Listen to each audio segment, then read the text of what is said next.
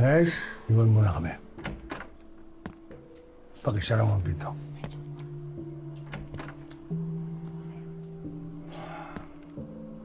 Ano naman ang nangyari?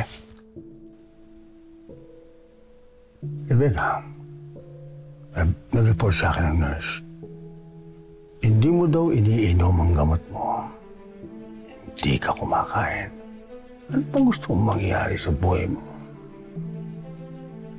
Ha?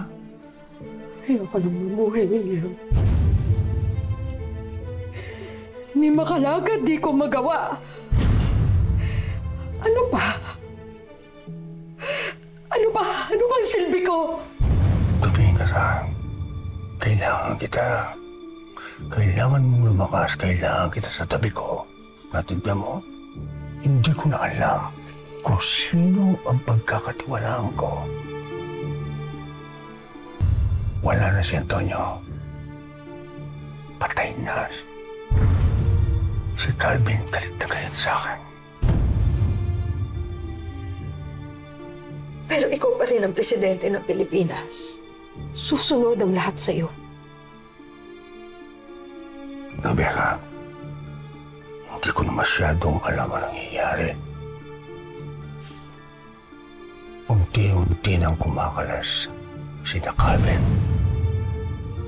At nakikita ko at nararamdaman ko bumababa ang satisfaction rating ko. At ayaw na ako ng mga taong maging presidente ng bansang ito. Mo hayaan na mangyari yun, William. Gawin mo ang lahat para manatili ka sa pwesto. Hindi ko na alam kung hanggang kailan ko kakayanin ito. Kung hanggang kailan ako tatagal sa pwestong ito. Basta ang alam ko, nararamdaman ko ngayon, kailangan ko kayong dalawa ni Vanessa. At sindihan mo,